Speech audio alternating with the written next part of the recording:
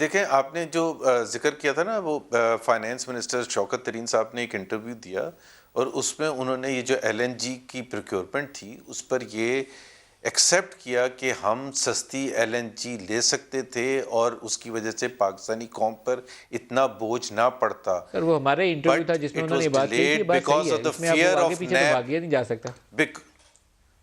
ہاں لیکن انہوں نے خود اعتراف کیا کہ بیکاز ہمیں نیب سے ڈر لگتا ہے اور ہم وہ فیصلہ نہیں کر سکتے.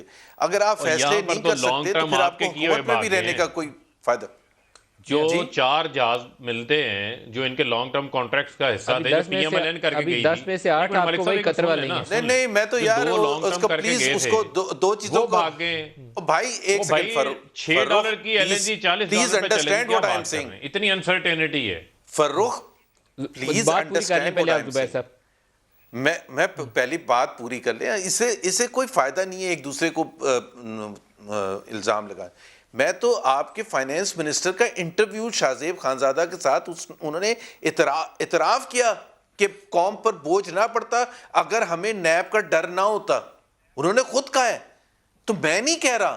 تو لیکن اگر آپ فیصلہ کرنے میں ہچکچائیں گے اور اس لیے نہیں کریں گے کہ نیب کا ڈر ہے تو پھر یا تو آپ وہ قانون چینج کرائیں یا پھر آپ حکومت چھوڑ دیں, بیکاز آپ کو یہ اختیار نہیں ہے کہ آپ قوم پر بوجھ ڈال دیں اور بڑے آرام سے کہیں گے جی ہمیں نیب سے ڈر لگتا ہے اس لیے ہم فیصلے نہیں کریں گے.